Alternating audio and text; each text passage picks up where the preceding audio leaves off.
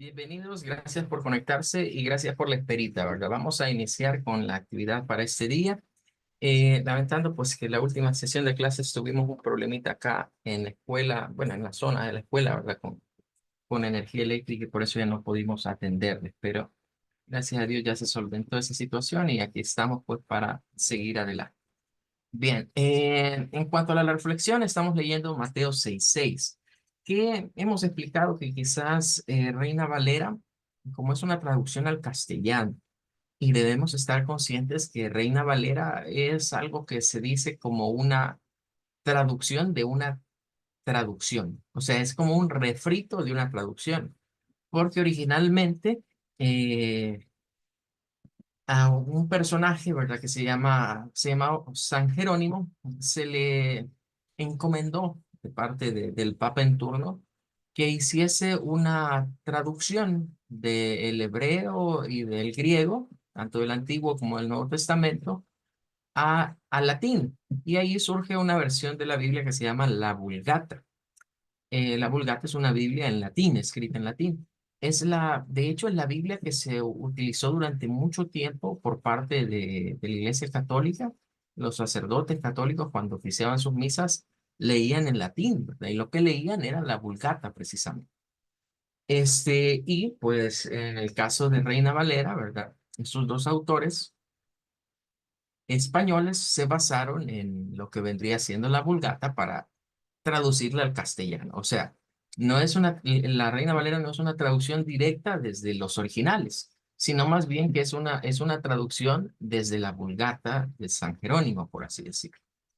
Es ahí donde su lenguaje quizás a nosotros nos puede parecer como muy poético, ¿verdad? Sobre todo usando esas palabras de ayunéis o ese término que es muy propio de la figura del vosotros del español, que nosotros no lo usamos aquí en Latinoamérica. Sin embargo, esta es una de las Biblias más extendidas para Latinoamérica. Y la forma en la que está redactada a veces nos puede dejar un poco con ideas fuera de focos. Al ir a verlas en otras traducciones, ya sea el español o las traducciones en otros idiomas, encontramos que quizás lo que quisieron decir los autores está enfocado en otra área, sobre todo en esta parte, ¿verdad? Donde dice, demudan sus rostros.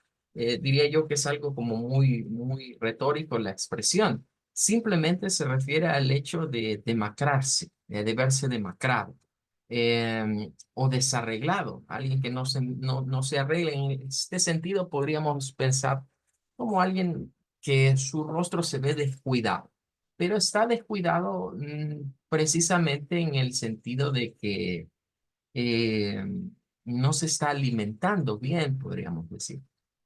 Aunque fíjense que es curioso, ¿verdad? Aquí es donde las cosas parecen contradictorias, pero es que lo que sucede es que la naturaleza humana parece ir en contra de la naturaleza divina. ¿A qué me refiero? Si nos remontamos a la Biblia, por ejemplo, cuando Moisés ascendió a lo que fue el monte Sinaí para que se le dieran las tablas de la ley, pasó 40 días y 40 noches, en los cuales la Biblia no nos dice en ningún momento que haya comido ni que haya bebido nada. Similar caso a lo que le sucede a nuestro Señor Jesucristo, ¿verdad? Cuando es llevado al desierto y pasa 40 días y 40 noches sin comer y luego es tentado.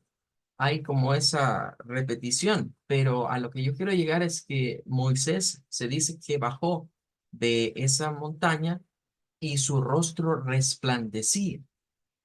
Si nos pusiésemos a pensar en Jesús en el momento que Satanás lo tienta, yo considero que el rostro de nuestro Señor también estaba resplandeciendo.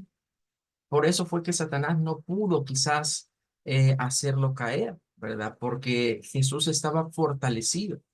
En otras palabras, a lo que yo quiero llegar es que si estamos ayunando, nuestro rostro no tiene por qué verse demacrado, no tenemos por qué estar desarreglados o vernos como que estamos pasándola mal, porque el verdadero ayuno es aquel que se entrega en espíritu a Dios. Y la única manera en la que nos podemos entregar en espíritu a Dios es haciéndolo esto en común acuerdo solo para con él. Nadie más debe de enterarse qué es lo que estoy haciendo. Y claro, eso es lo que se va a notar. Si estamos en comunión con Dios, nuestro rostro se va a ver resplandeciente. Bueno, ahí terminamos esta reflexión y hoy vamos a lo que sería la clase. Quiero adelantarme un poco. Esta semana terminamos de dar como esos conceptos bases, de explicar algunas teorías que están detrás de lo que son las inteligencias artificiales. Para la próxima semana vamos a comenzar ya a ver la primera parte que sería programación. Es decir, para comprender primero lo que son las inteligencias artificiales, debemos saber cómo es que funciona la programación. No vamos a ver un curso detallado de programación porque eso sería, digamos, para otro diplomado, pero sí vamos a tratar de ver bases de programación y lenguajes que se relacionan a lo que sería inteligencias artificiales.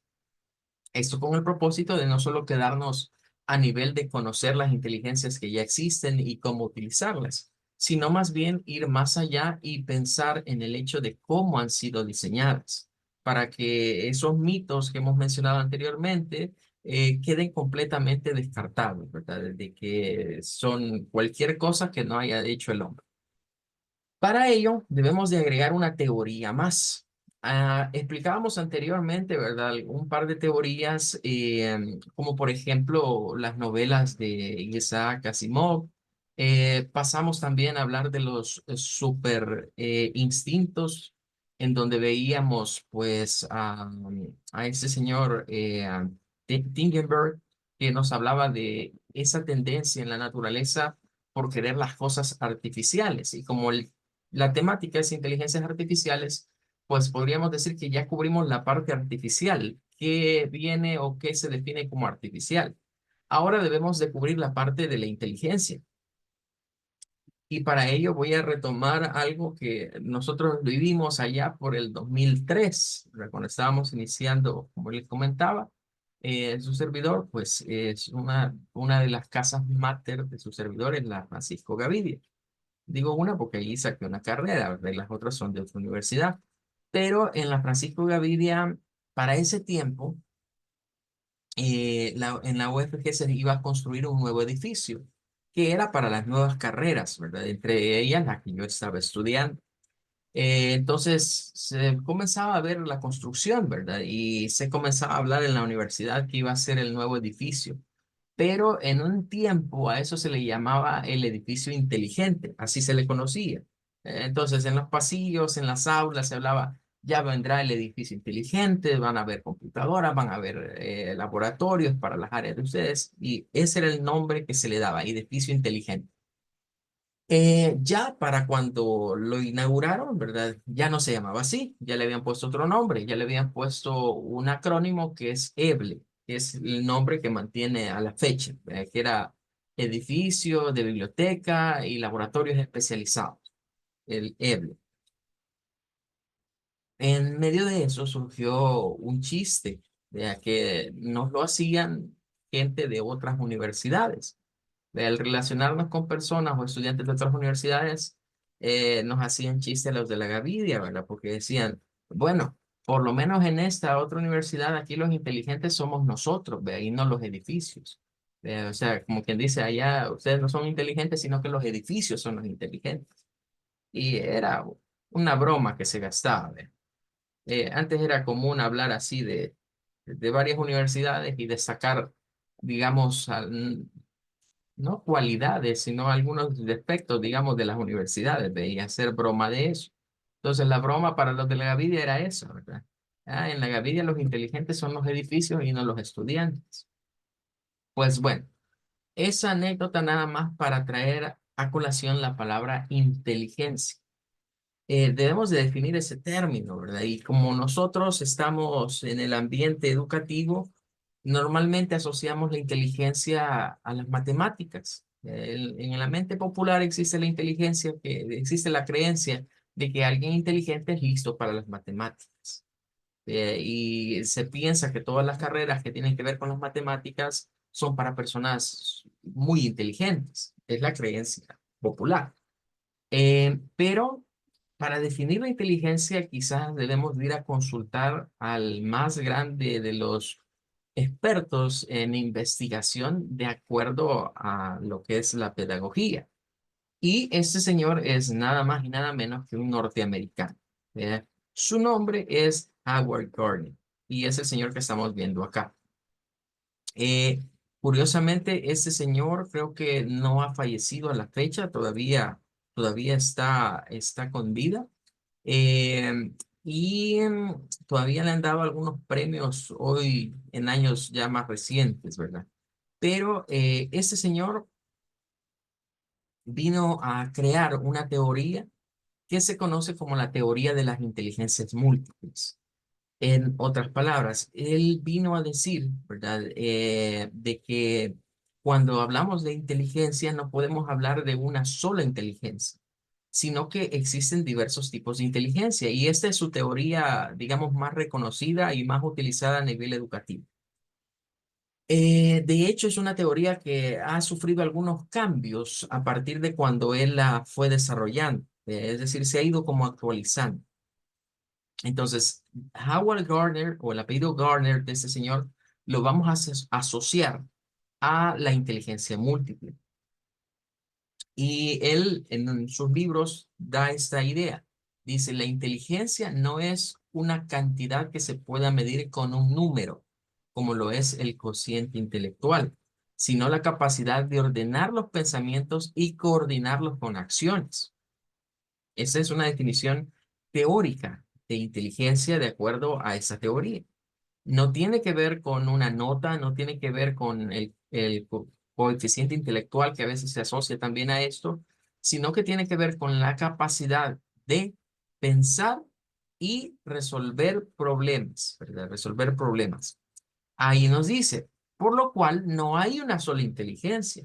Entonces, cuando hablamos de que alguien que sabe matemáticas, que sabe ciencias, que es un científico, es alguien inteligente, realmente no estamos usando bien el vocablo, porque lo que sucede es que hay diversos tipos de inteligencia y eso es lo que da Howard Gardner. Entonces, aquí hay un listado de las 8 inteligencias. Otros dicen que ya son 9, otros la llevan a 11. Ahí depende, digamos, de la rama de estudio, ¿verdad? Pero en general se asocian a estas 8 que están acá. Hay una que se llama lingüística, hay lógico-matemática, que claro, esta es, ¿verdad? La inteligencia que se desarrolla a las personas que saben manejar mucho las matemáticas, es la que tienen más desarrollada. Hay una que se llama visual y espacial, está la musical, está la kinestésica o corporal kinestésica, la naturalista, la interpersonal y la intrapersonal. Bien, entonces, digamos, las líneas que Gardner publicó en lo que vendría siendo en su obra, ¿verdad? En 1983 fue cuando él publicó su obra. Y les decía, después se añadió una más, ¿verdad? Que es la inteligencia naturalista. Y pues eso es lo que debemos destacar. Pero ¿por qué traer a colación esto? Bueno, porque cuando hablamos de inteligencias artificiales, de una o de otra manera debemos de referirnos. Bueno, si el ser humano es inteligente, entonces las inteligencias artificiales pues, se refieren a que van a imitar, van a crear eso artificial, pero ahora en la inteligencia del ser humano. Así como veíamos, mire, el ser humano ha sido capaz de crear cosas artificiales, ¿verdad? Sabores artificiales, colores artificiales. eh, Hoy podríamos decir que hasta ha sido capaz de crear vidas virtuales, ¿verdad? Porque hoy tenemos esas cosas como las tecnologías de Meta y otras cosas más que apuntan a eso, ¿verdad? Que tengo una vida hoy en el plano virtual. Es decir, soy otra persona o soy alguien más en la parte virtual. Pero bien, vamos a ir a ver un poco de la teoría de las inteligencias múltiples de Gardner y debemos de asociarla al hecho de que las inteligencias artificiales intentan imitar al ser humano y entonces si van a imitarlo tienen que desarrollar estas inteligencias. Quizás no todas, pero algunas sí. Entonces, aquí nos encontramos ante lo que vendría siendo su teoría y debe ser tomada porque vamos a darnos cuenta que han ido desarrollándose inteligencias artificiales que ejercen este tipo de inteligencias o se concentran en una de ellas más específicamente. Entonces, dice, para él inteligencia no es un conjunto unitario, o sea, no es una sola cosa, sino que son varias cosas.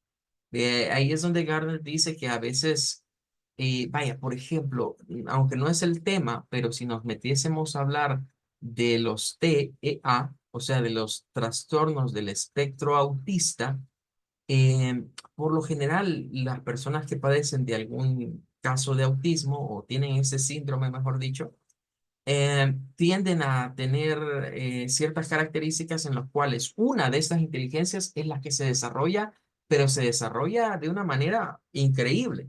Ahí es donde surgen niños con autismo, por ejemplo, que sus padres o quienes les miran, sus psicólogos o quienes están detrás de ellos se dan cuenta, ¿verdad? Que tienen inteligencia musical y que son muy prestos para tocar un piano sin que nadie se los haya enseñado.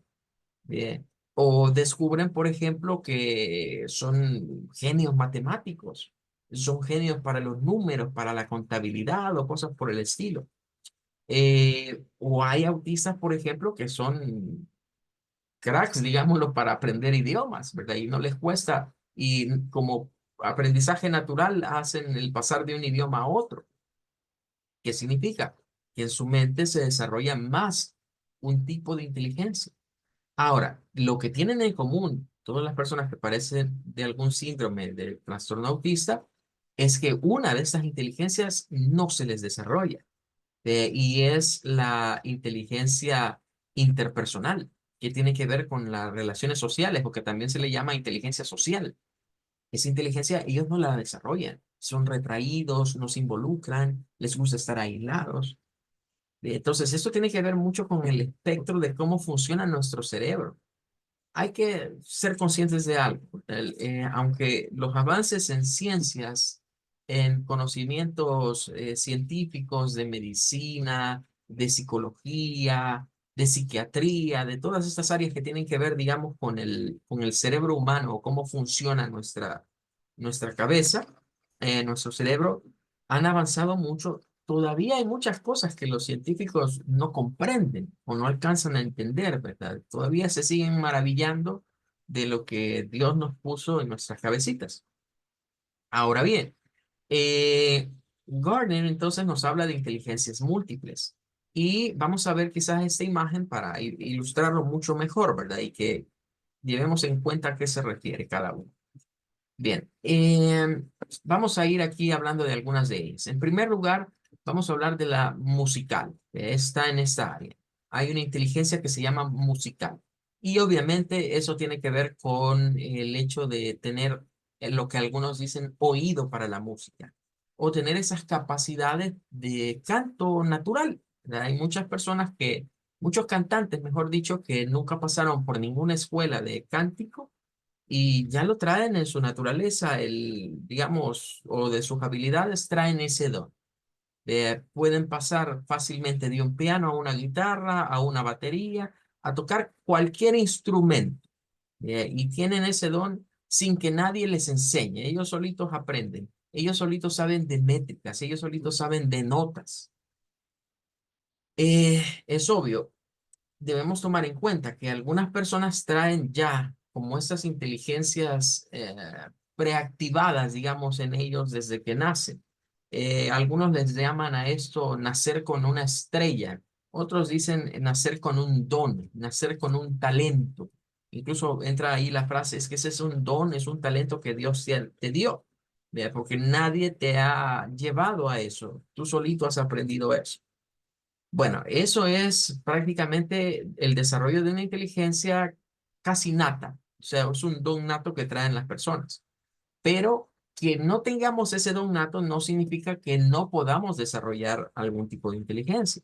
Es decir, alguien que tenga interés en la música puede desarrollar esto, claro, le va a llevar mucho más trabajo, porque posiblemente no venga en su cerebro esa parte activa. En otras palabras, Gardner nos dice de que si bien es cierto, cada quien nace con ciertas habilidades que de acuerdo a las ciencias quizás se heredan en el genoma de una generación a otra o a veces se saltan de una generación a otra. em, Eso no significa que si yo no soy bueno en algo no puedo desarrollarlo. Él dice que lo ideal sería que todo ser humano desarrollase todas estas habilidades, o por lo menos no en un 100% o no así supradesarrollados, pero sí que tenga elementos de ellas. Luego encontramos lo que vendría siendo, y quiero que noten esto, Howard Gardner no usa el término intelligence para estas partes, sino que usa el término smart. No usa, o sea, a pesar que su teoría es de múltiples inteligencias, para eso se utiliza el término smart, que en inglés es sinónimo de inteligencia, pero se distingue entre ambos. Pero siguiendo con la idea, otra inteligencia de la que nos habla Gardner es la kinestésica, así se le llama esta, corporal kinestésica se le suele llamar. Es obvio, es una inteligencia que tiene que ver con los movimientos del cuerpo. Normalmente se asocia a los deportes, o sea, alguien que trae actitud para ser deportista, un futbolista, un basquetbolista, un beisbolista, que hay personas que traen ese don nato, ¿verdad? Acá, pues pertenecen a eso. Eh, pero ahí es donde les digo, a veces ocurre que esos genios, pues de otras cosas no tienen mucho, ¿verdad? Porque la mayoría de deportistas sabemos que son malos para esto de las matemáticas o para el estudio en general. Se sabe que los deportistas son malísimos para el estudio. Es raro un deportista que sea inteligente, como decimos, ¿verdad? O sea, la mayoría de deportistas son buenos para su deporte, pero para otras cosas no mucho. Entonces, esto no solo se asocia con el deporte, se asocia con todo lo que tiene que ver con el movimiento del cuerpo. Entonces, aquí incluso se van las personas que tienen esas habilidades de ser artesanos, que hacen cosas con sus manos, ¿verdad? Todos los artesanos se van en la corporal kinestésica, porque tiene que ver con el movimiento de las manos y cómo crean cosas con las manos. Eso de hacer figuras de barro o hacer otras cosas como manualidades tiene que ver mucho también con lo corporal kinestésico. Incluso el baile. Personas que ya traen ese don nato que les gusta bailar, vea, y que su cuerpo se mueve al son de la música y son geniales bailarines, esto es corporal kinestésico. Entonces, por ejemplo, hay cantantes, ¿verdad? Que son muy buenos cantando, pero son un total fracaso bailando. ¿Ya? Pero hay otros que traen de las dos. Por ejemplo, si mencionamos el caso de Michael Jackson es obvio que tenía muy desarrolladas esas dos cosas, lo musical y lo corporal, ¿verdad? Por sus movimientos de baile. Pero hay algunos cantantes que no se mueven, ya que siempre están estáticos, que a lo mucho se tambalean así, pero no hacen nada más. Es porque eso obviamente no lo tienen desarrollado. Son muy buenos músicos, pero no le entran al baile. De ahí algunos que sí, otros que no. La fallecida Selena o Selena, como se le suele llamar, diría yo que es otro personaje que tendría esas dos muy desarrolladas, la parte musical y la parte corporal. De movimientos, todo lo que tenga que ver con movimientos en el cuerpo. Ahí se van deportes, ahí se van manualidades, artesanías, el baile incluso. Bien, y luego tenemos otras. Vea, por ejemplo, de este lado, es que estas son contrapuestas, estas dos, así que voy a dejarlas para después. Voy a irme a esta, que es la visual espacial, así le llama a esta. Visual espacial. Estos son los que son buenos para tener lo que se llama como una fotografía mental. A veces quizás se escucha el término de que alguien tiene mente fotográfica.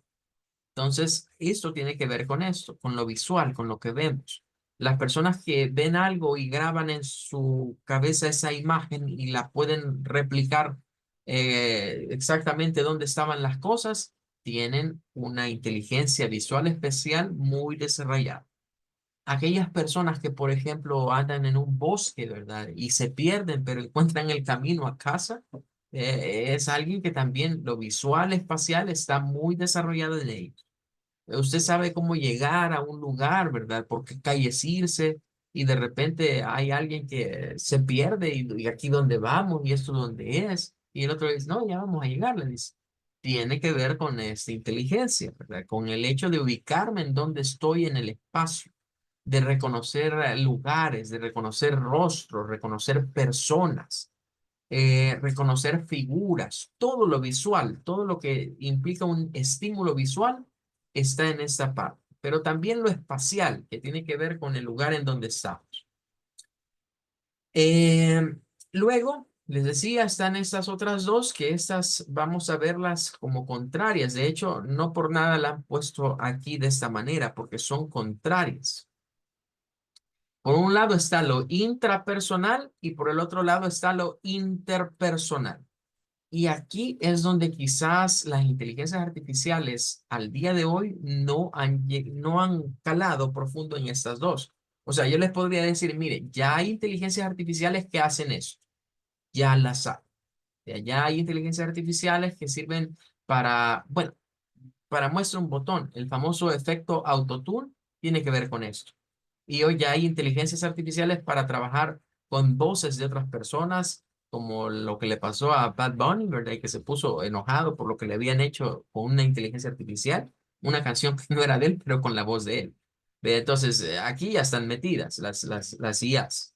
En lo visual espacial, eso tienen rato de estar metida. Todo lo que tiene que ver con arte visual, con lo que vendría siendo creación de imágenes a través de IAs, que nos pueden crear al estilo de Picasso, al estilo de Miguel Ángel, lo que le pidamos, esto está muy desarrollado. Y en esta parte, quizás esto no es tanto de las inteligencias artificiales, pero sí tiene que ver con la robótica. De ahí vemos que hoy la robótica está muy desarrollada en esta área, al punto que hoy están hablando incluso de robots de rescate. Han creado robots para cuando hay terremotos o algún tipo de catástrofe que llegan donde el cuerpo humano no puede llegar y que tienen habilidades que el cuerpo humano no tiene. Entonces, quizás este plano no está tanto en IA ahorita, pero sí está bien desarrollado en términos de la robótica. O brazos robóticos que tienen mucha más precisión para realizar una operación que un cirujano. Entonces, la tecnología se está metiendo en todo esto. ¿Y qué es esto? Es una teoría de inteligencia de seres humanos. Entonces, el hombre ha sido capaz de desarrollar todas esas tecnologías para que hagan cosas similares a las que nosotros hacemos. En- bueno, pero siguiendo más adelante, en lo que vendría siendo la parte interpersonal y intrapersonal, aquí diríamos que las inteligencias artificiales no se han desarrollado, porque si el día que se lleguen a desarrollar en este aspecto, ya estaríamos más ante una inteligencia artificial como la que planteó Isaac Asimov en su libro, o que han planteado en las películas, ¿vea? Donde pues lo intrapersonal, lo que siente en el interior, las emociones, ¿vea? Comprender nuestras emociones, cómo nos sentimos para nosotros mismos, ¿vea? O cómo vemos las cosas desde nuestro punto de vista interno. Y la otra, la relación con otras personas. Les había comentado, aparte de la película de Will Smith, la película de Robin Williams, del hombre bicentenario. El personaje del hombre bicentenario llega a esta parte, llega a desarrollar cuestión intrapersonal, cuando él reflexiona que quiere ser un ser humano, que quiere dejar de ser un robot y que quiere parecer más un ser humano, y se va dando cuenta que necesita otros elementos y después dice, bueno, primero la parte exterior, que me hagan piel, pero hoy quiero por dentro sentirme como un humano. Y desarrolla órganos artificiales que los usa en su propio cuerpo. Eh, pero también vemos la parte interpersonal, en donde se comienza a relacionar. Bueno, para no alargarme mucho, se termina casando con una persona, con un humano. ¿Ve? Entonces, vemos ahí hasta dónde puede llegar ese punto, pero eso es todavía ciencia ficción. Ahorita no es una realidad que estas inteligencias puedan tener sentimientos o que puedan expresar esos sentimientos para con otros. Todavía no han llegado a ese punto. Así que en estas dos, digamos que no se meten las IAs.